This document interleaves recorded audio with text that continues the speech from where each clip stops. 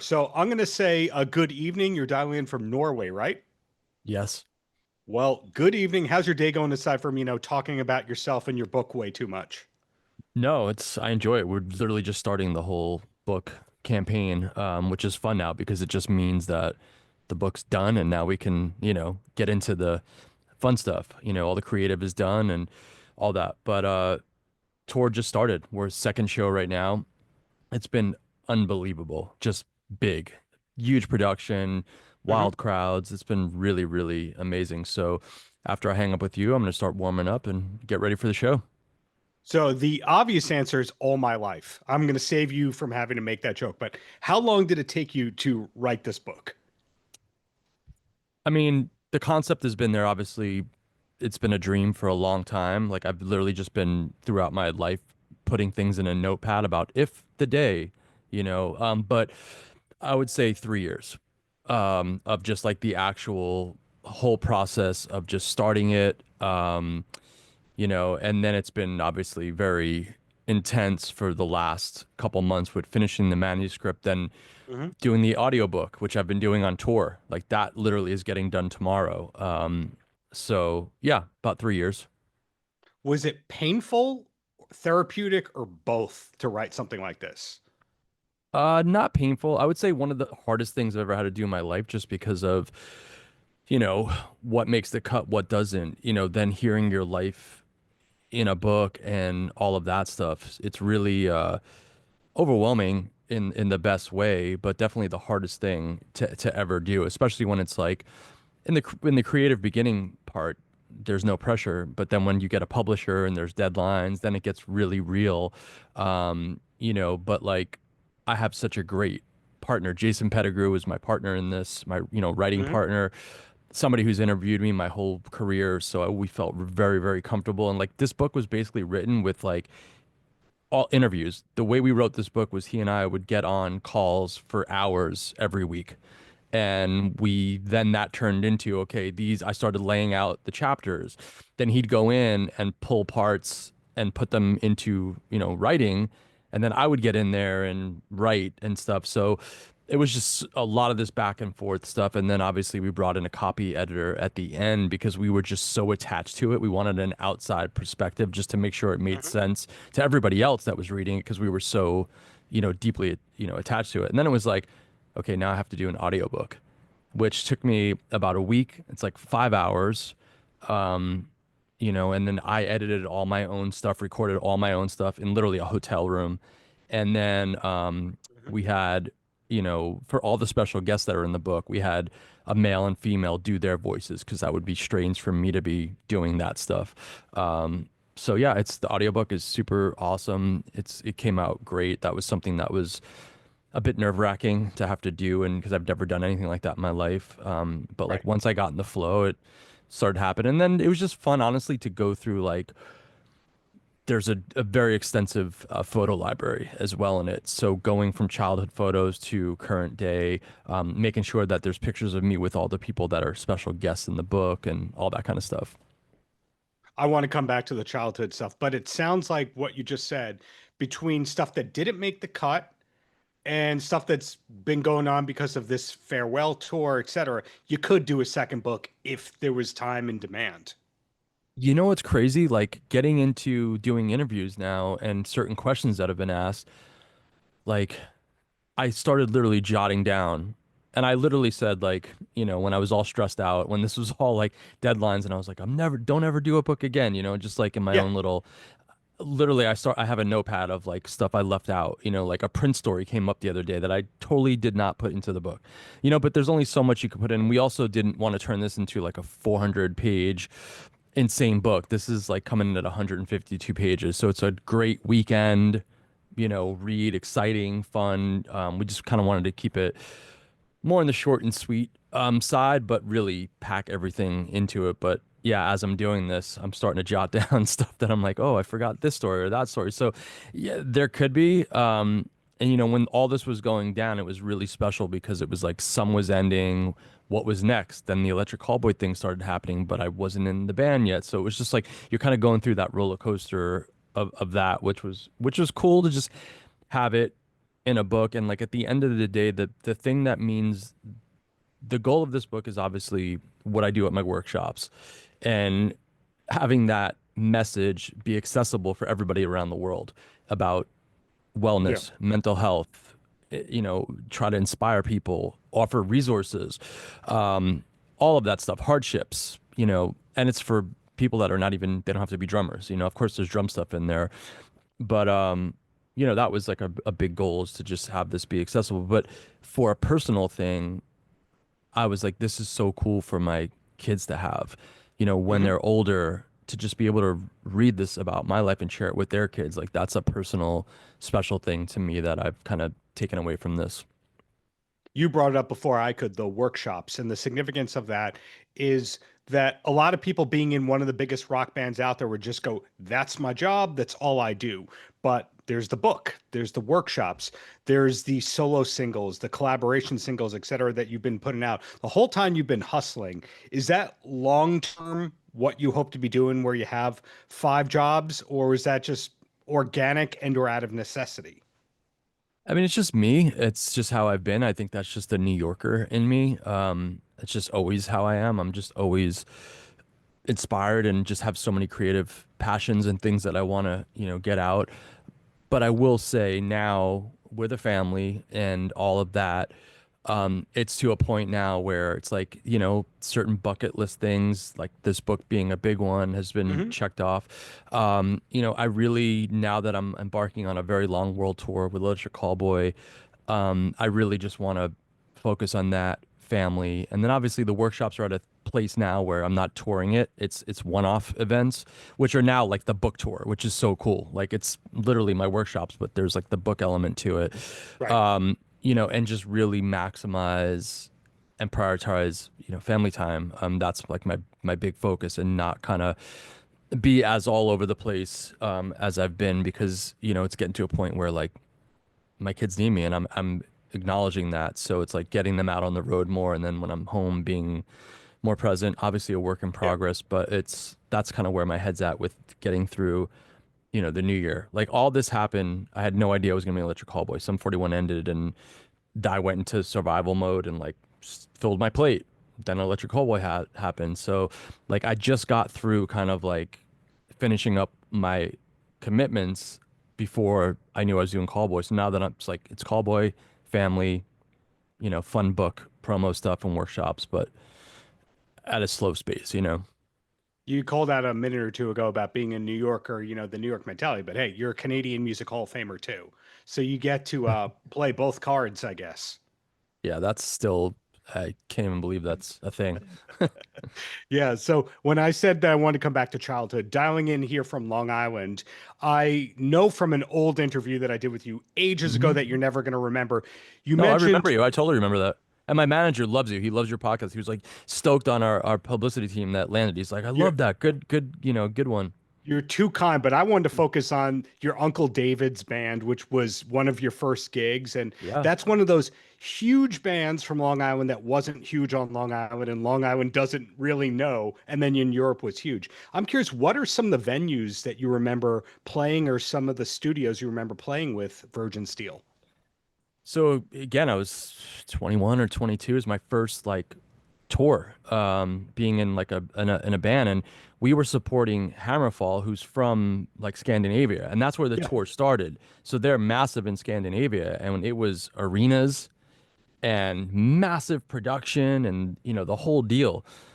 And it was amazing because I obviously grew up going to see my uncle play clubs in Long Island, The downtown in and Farmingdale, I think, was one of them. 100%. And then like back in the day when I was a kid, it was I think it was called Sundance.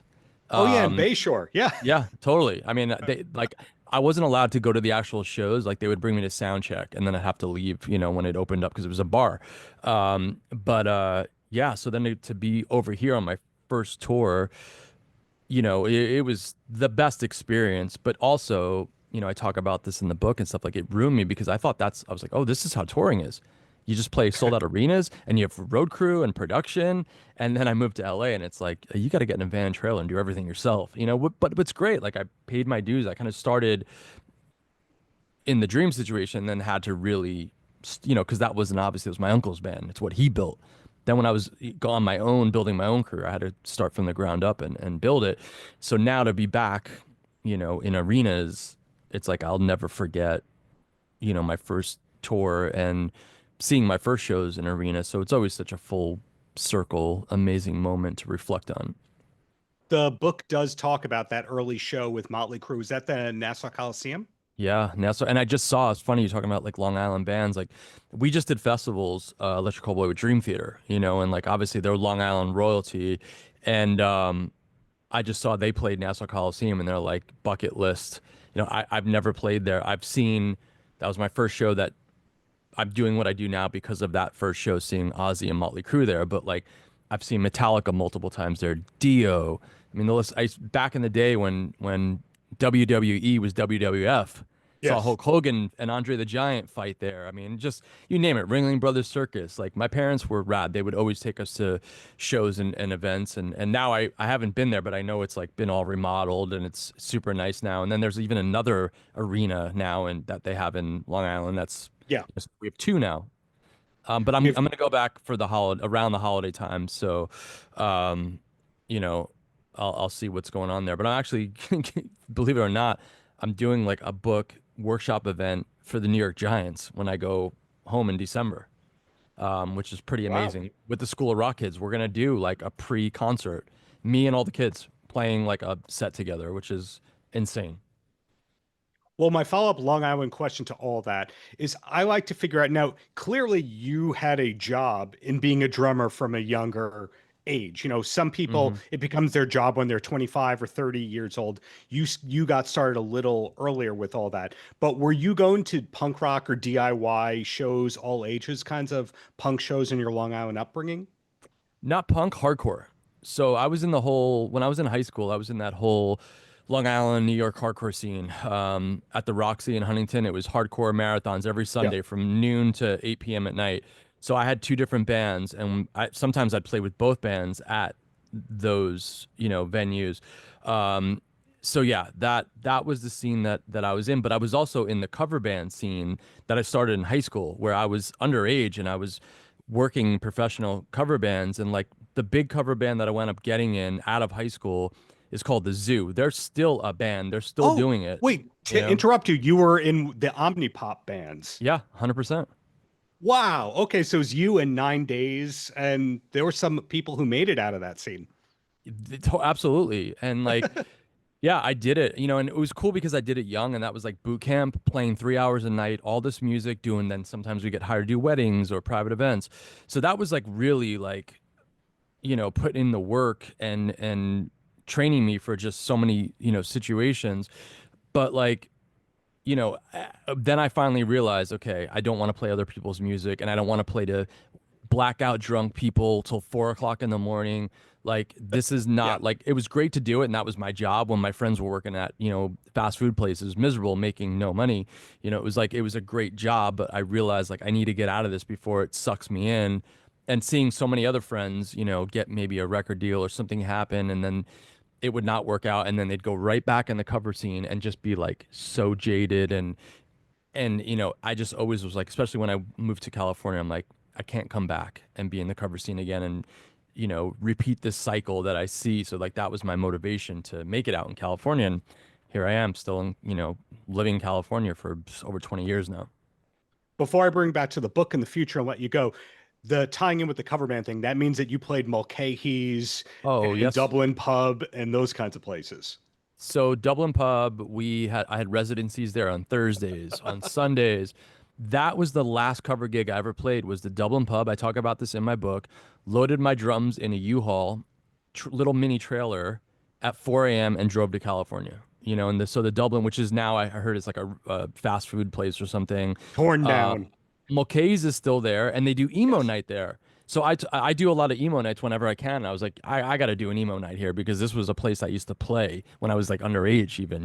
Like that was a big place in the cover scene. Yeah, I mean all those places. But yeah, the Zoo is still going. They're still kicking ass, doing their thing. I still talk to them here and there. That was like my first big break in like the cover scene. Had a great run with those guys. They didn't want to lose me. They offered me to like become a member, like a real owner, and I was just like, no. Like, thank you, but no. So I'm going to start the petition to get you into the Long Island Music Hall of Fame as well. We'll do that another We time. we have one? Yeah, there is What? one. Yeah, early on, Billy Joel, Peter Criss, even though he's not from Long Island, Joan Jett, Public Enemy. I think Taking Back Sunday might have been an early ballot. Cool. Uh, That so that would mean a lot, like especially like Sum 41 just got a street named after the band in Canada and like all that stuff, which is amazing. But like I didn't grow up there, so it's like, yeah, this is where I grew up. That'd be, and not for nothing, it'd be just rad for my mom, like proud New Yorker, still is there, never leaving. Well, that is going on the to-do list of this guy. But, Thank you, as buddy. we wind down right here, so the book is a new thing, Electric Callboy, the tour is still going and all that.